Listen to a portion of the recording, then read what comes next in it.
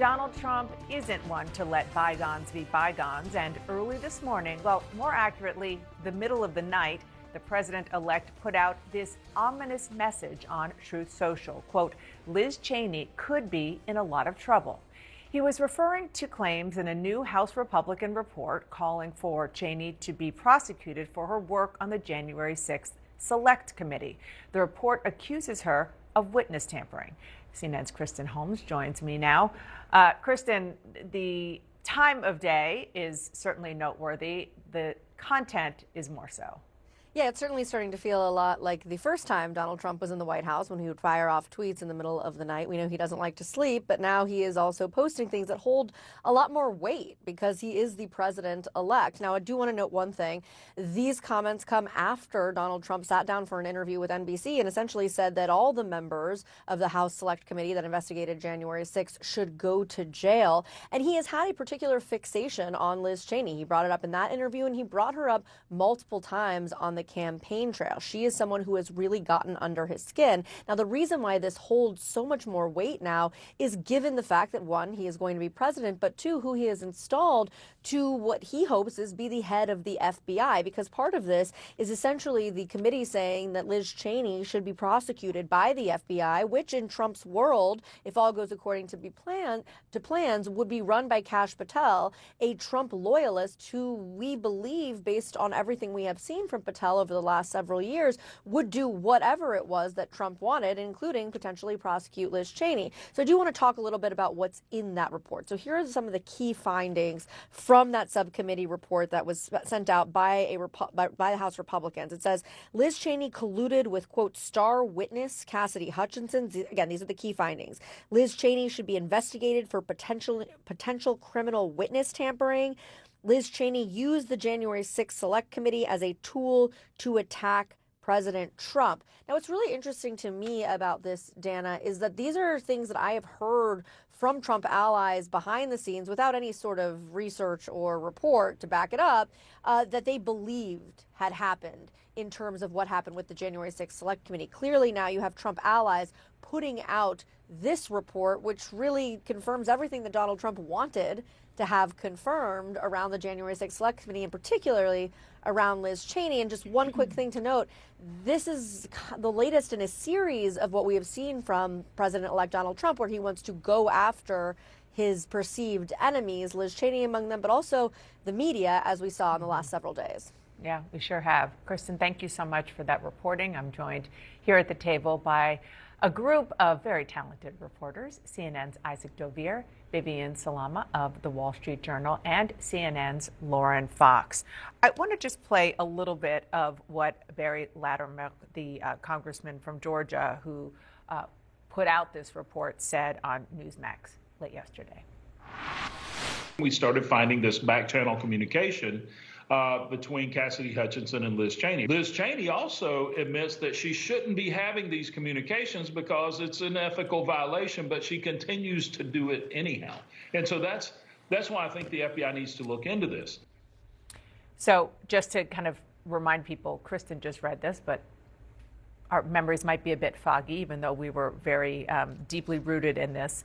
During the January 6th hearing, the sort of star witness was Cassidy Hutchinson, who worked for Donald Trump in the White House.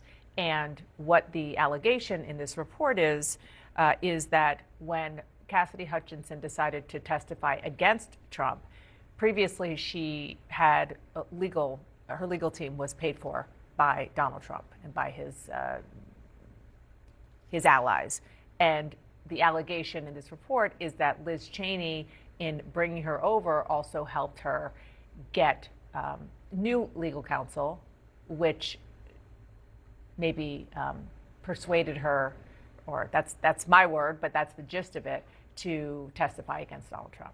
Yeah, I think what's so interesting is the swift response that you saw from Cheney as well as Benny Thompson, who chaired this committee. And what you have them basically saying is that this is a distraction from the work that the January 6th committee did. I mean, we all remember Cassidy Hutchinson's testimony. We all remember a lot of blockbuster testimony over the course of several months that they were televising these hearings. And I think that what the argument you're hearing from Cheney and others on the Democratic side are that This is just an effort to satisfy Donald Trump, to make sure that he feels like his allies on Capitol Hill are lined up and prepared to go after his enemies. And I do want to point out that Kash Patel, who has been picked by Donald Trump to lead the FBI, is on Capitol Hill today meeting with Republicans. You can expect that this is going to be something that Republicans are going to be pushing him on. I know from his meeting with Senator John Cornyn, because Cornyn told us after the meeting, when I pressed Cornyn on, are you confident that Kash Patel is going to be able to tell Donald Trump no? Cornyn essentially said, that's a good question. Because I think there's still a huge question mark for a lot of members. And this report today, and as well as Donald Trump's previous comments, I think are the reason why Republicans are concerned about this. And you mentioned Liz Cheney's response. I want to read it because it's important to underline, because there's a lot of allegations here, what she says. She said, quote, January 6th showed Donald Trump for who he really is, a cruel and vindictive man. Now Chairman Loudermilk's, quote, interim report intentionally disregards the truth and instead fabricates lies and defamatory allegations in an attempt to cover up what Donald Trump did. Liz Cheney has been questioning the integrity of a lot of her Republican colleagues since January 6th, that they were not able to come out immediately and call out the actions not only of then President Trump, but also those around him, to say that they were somehow inciting these events, that they were meddling with the election results. And this is something that she's stuck with. Obviously, you know, she ended up endorsing Vice President Kamala Harris during the election and really went full blown, against Donald Trump. Did not hide that. But this is something that she and the very few Republicans who joined the select committee, have been saying all along. And of course, it was detrimental to their careers ultimately to come out and speak out against him regarding January 6th. But she has stuck to it since then and has really called out a lot of her Republican colleagues as well. I think that when you see that Donald Trump is tweeting about this or posting on Truth Social at 3:11 a.m., when you're posting on social media at 3 o'clock in the morning, it means that either it's something that you're like some crazy idea that got into your head or something that's really obsessing you, right? This is very much on his mind. And Liz Cheney has been very much on his mind for a long time. And we are at a point now where we have to think, was Donald Trump lying about every time that he said during the campaign that he would go after her and other people who were involved in this? Or was he telling the truth? And based on people like Kash Patel being installed at the FBI, and by the way, over the existing FBI director who Donald Trump himself had appointed, there is a lot of reason to believe that he was telling the truth about what he wanted to do here. Even before Donald Trump responded, Chris Murphy, the Democratic senator from Connecticut, tweeted the following. It's happening in front of our eyes. Is there a chance this is all show and bluster? Maybe, but the developments of just the last few days, ABC's bogus settlement, the referral of Cheney for prosecution, Trump's suit against the Register, all point to this being very, very real. When I saw that series of tweets this morning, 9 tweets by Senator Murphy. It struck me because I had done a story just about 10 days ago where a lot of Democrats were basically arguing that they needed to be very careful about when they cried wolf when it came to Donald Trump, that they felt like the last several years they have been arguing that danger was on the precipice of the door every single time, and that it had sort of lost its meaning for the American people. And so, one of the people that I talked to for that story was Chris Murphy, and I do think it's really interesting that they think this is a very serious moment, and clearly he thinks this is a very serious moment. And Trump hasn't offered any ambiguity. I mean, just telling NBC's Kristen Welker recently in the last week that anyone who voted against him or joined the select committee should go to jail. And that's as president-elect. So obviously, a lot of people taking his comments very seriously.